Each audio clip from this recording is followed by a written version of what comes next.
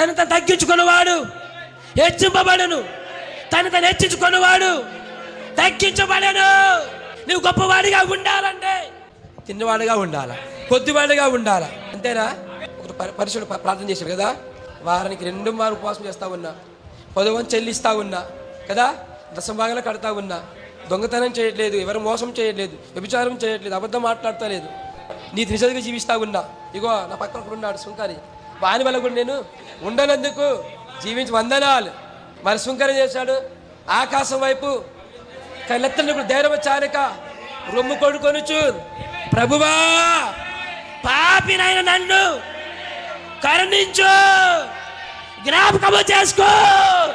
ఎవరో ప్రార్థన అంగీకరించాడు దేవుడు? ఏమే ఆయన ఏం చెప్పలేదు. ప్రభా నేను ఇది చేశాను, అది చేస్తాను, నీకు ఇది ఇచ్చాను, అది ఇచ్చాను ఏం చెప్పలేదు. పాపినైన నన్ను క్షమించు.